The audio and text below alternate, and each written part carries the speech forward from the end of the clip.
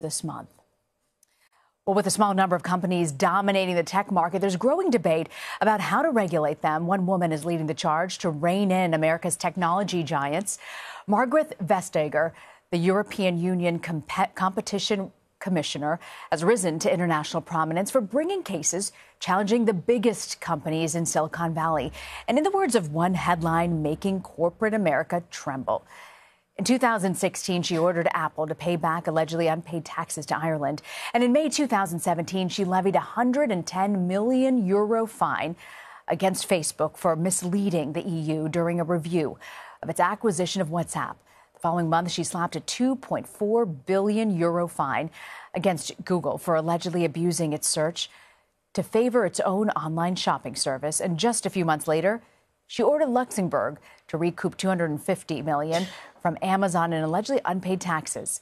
And then there's January of this year, where she fined U.S. chip maker Qualcomm nearly €1 billion for allegedly illegal payments to Apple for using its chips exclusively used in Apple devices. Well, Nick Thompson is editor-in-chief at Wired and a CBS News contributor. He sat down with Vestager to talk about the future of tech and her role in regulating it. You are the one regulator in the world who has actually brought multiple enforcement actions against the major technology companies. What is it that you are trying to change about them? Well, one of the things one shouldn't misunderstand about Europe is that you're more than welcome to be successful. Yeah. We don't look at your flag, we look at what you bring. And if what you bring to the marketplace is something that people like, you're more than welcome.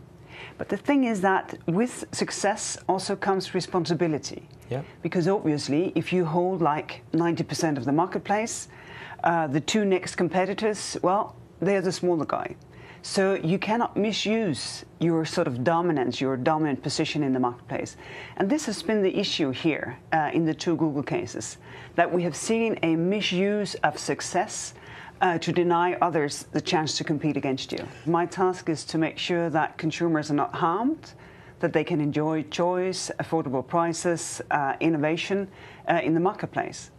Right before arriving in the United States, you announced that you were investigating Amazon and Amazon's marketplace. Explain what that is about.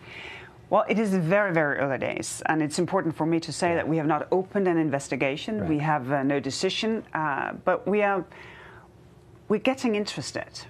This dual role of Amazon. Yeah. On the one hand side, you host the little guy. You enable him to do e-commerce because you provide him with the logistics of being able to do e-commerce, which is great. Everything is fine. The thing is that when you do that, you get a lot of data from all the little guys that you host.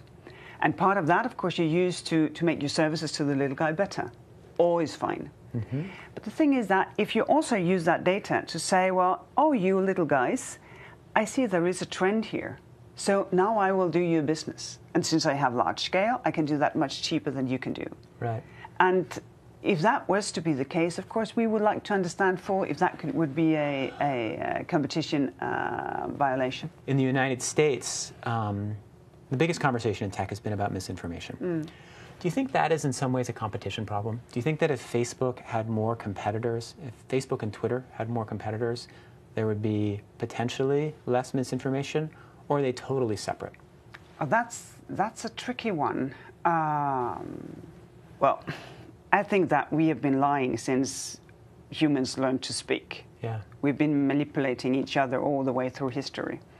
But the new thing is, of course, the scope and the speed. It is so fast and you reach so many people very easily. And in that respect, of course, if you had more outlets, if people had more different social networks that may connect, may not connect, of course, people would not be sort of in the same ecosystem. And that could be a good thing. And I think for anyone, that's not a question of competition law. If it was your business that has been misused to rig an election, wouldn't you find that to be devastating?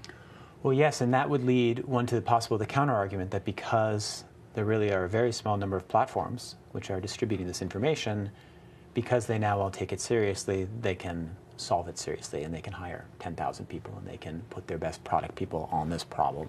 Whereas if you had 15 social networks, perhaps it would be harder for all of them to counter misinformation. Yeah, but the thing is that of course, there's something that you have to do as a platform because you have a responsibility. But we, as citizens, we also have to develop our skills because we have to figure out if something that we hear is too good to be true, probably is not true. But on the other hand side, if things are very bad, maybe it's not so bad either. Let me ask you the same question with a different issue, privacy. Do you think that privacy is in some ways a competition issue? If there was more competition, would we have stricter privacy? Well, at least to some degree, you can say that it may have been. The German Bundeskartellamt, the National Competition Authority, they've been looking into this area between privacy and competition law because they have the suspicion that Facebook being dominant in some areas, they have said to people, it's a take it or leave it. Either you take this privacy condition, these terms and conditions, or you cannot use it. Terms and conditions that didn't live up to German competition law, to German privacy law. So I wouldn't exclude that it can ever happen, but it's not directly linked. One of the things that interests me the most right now is the dynamic between Western technology companies and Chinese technology companies. And clearly, both are growing very quickly. Have you ever brought an action or an investigation into a Chinese technology company? No, because their presence in Europe is still very limited. So there's an argument that a lot of people in the Western technology companies are making, which is that the world is splitting into two spheres. There's the Chinese technology sphere and there's the American technology sphere. And what's happening is that in part because the US technology sphere is being regulated so harshly through questions of the United States government, through your actions, that the US technology sphere is going to be held back. And China, where the companies care about privacy, but they care relatively less about privacy than the American companies, will surge ahead. And so regulation will pull the Western tech companies back while the Chinese tech companies move ahead. How do you respond to that? Well, we have democracies. We have ways of deciding things. We form our societies not to help tech companies, but to form societies. Yeah. And this is, I think, for us, this is a very important point, that technology is serving us as citizens, as consumers, and this is why we regulate. Not because we want to hold anyone down, but because we want